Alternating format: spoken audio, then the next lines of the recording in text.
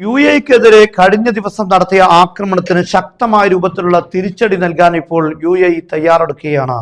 UAE ഏതെങ്കിലും രീതിയിൽ ഇറാനെതിരെ ആക്രമണം നടത്തിയാൽ UAE-യുടെ പ്രധാനപ്പെട്ട ഇൻഫ്രാസ്ട്രക്ചറുകൾ അടക്കമുള്ള സകലതും അടിച്ചു തകർക്കുമെന്ന തിരിച്ചുള്ള ഭീഷണി ഇറാനിൽ നിന്നും ഉയർന്നിരിക്കുകയാണ്. അതേസമയം കഴിഞ്ഞ ദിവസം UAE-യിലെ ഫുജൈറയിൽ നടത്തിയ ആക്രമണങ്ങളിൽ ഞങ്ങൾക്ക് പങ്കില്ല എന്നാണ് ഇറാന്റെ IRGC പറയുന്നത്.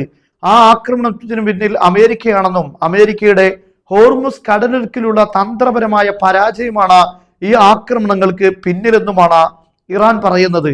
അതേസമയത്ത് UAE-യുടെ ഭാഗത്തുണ്ടാകുന്ന തിരിച്ചടിയെ കാത്തു നിൽക്കുകയാണ് ഇസ്രയേൽ. കാരണം ഇസ്രയേലിനെ സംബന്ധിച്ചിടത്തോളം UAE-യിൽ വെച്ച് ഇറാൻ ആക്രമിക്കാനുള്ള സാഹചര്യം സൃഷ്ടിക്കപ്പെടുക എന്നത് ഏറ്റവും പ്രധാനപ്പെട്ട കാര്യമാണ്. അമേരിക്കക്കും കാര്യങ്ങൾ വ്യത്യസ്തമല്ല. കാരണം വ്യോമതലങ്ങളിൽ നിന്ന് ഇന്ധനം നിറക്കാതെ തന്നെ നേരിട്ട് ആക്രമിക്കാനുള്ള സാഹചര്യമാണ് ഇതിലൂടെ ഉണ്ടാവുക. കഴിഞ്ഞ 40 ദിവസത്തെ യുദ്ധത്തിൽ ഗൾഫ് രാഷ്ട്രങ്ങളിൽ നിന്ന് അല്ലെങ്കിൽ അവരുടെ വ്യോമ താവളങ്ങൾ ഉപയോഗിക്കാൻ ഇസ്രയേലിനും അമേരിക്കക്കും അനുമതി ഉണ്ടായിരുന്നില്ല.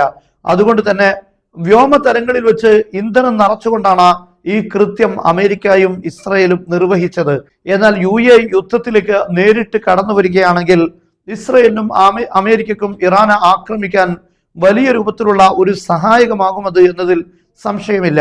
അതേസമയം UAE-യിൽ ശക്തമായ രൂപത്തിലുള്ള ഇറാനെതിരെയുള്ള ഗൂഢാലോചന നടക്കുന്നുണ്ടെന്നും ചില ആക്രമണ നീക്കങ്ങൾ നടക്കുന്നതായും ഞങ്ങൾക്ക് ബോധ്യപ്പെടുന്നുണ്ട്. ഇനി ഒരു ആക്രമണം ഉണ്ടായി കഴിഞ്ഞാൽ UAE-യുടെ സകലതും തകർത്ത് തരിപ്പണമാക്കുമെന്നാണ് ഇപ്പോൾ ഇറാന്റെ IRGC പറഞ്ഞിരിക്കുന്നത്. അതേസമയം അമേരിക്കയുടെ 2 കപ്പലുകൾ ഹോർമുസ് കടലിടുക്ക് കടന്ന് പേർഷ്യൻ കടലിലേക്ക് പ്രവേശിച്ചതായുള്ള വാർത്തകളെ ഇറാൻ തള്ളിക്കളഞ്ഞു. ഇത് ശുദ്ധ അസംബന്ധവും കള്ളവുമാണ് എന്നാണ് IRGC പറഞ്ഞിരിക്കുന്നത്. കാരണം ഒമാനിനോട് ചേർന്ന് കിടക്കുന്ന ഭാഗം പാറകളും മലകളുമാണ്. അതിനിടയിലൂടെ ഒരിക്കലും കപ്പലുകൾക്ക് സഞ്ചരിക്കാൻ കഴിയില്ല എന്നാണ് ഇറാൻ പറയുന്നത്. ആ ഭാഗത്തുകൂടെ സഞ്ചരിച്ച് കടന്നു കളഞ്ഞു എന്നാണ് അമേരിക്ക പറഞ്ഞത് എങ്കിൽ ആ ഭാഗത്തിലൂടെ കപ്പൽ സഞ്ചരിക്കുക എന്നത് പോസിബിളായ കാര്യം അല്ല എന്നാണ് ഇറാൻ പറഞ്ഞിരിക്കുന്നത്. ഇത് കേവലം സൈക്കോളജിക്കൽ വാർ മാത്രമാണ്.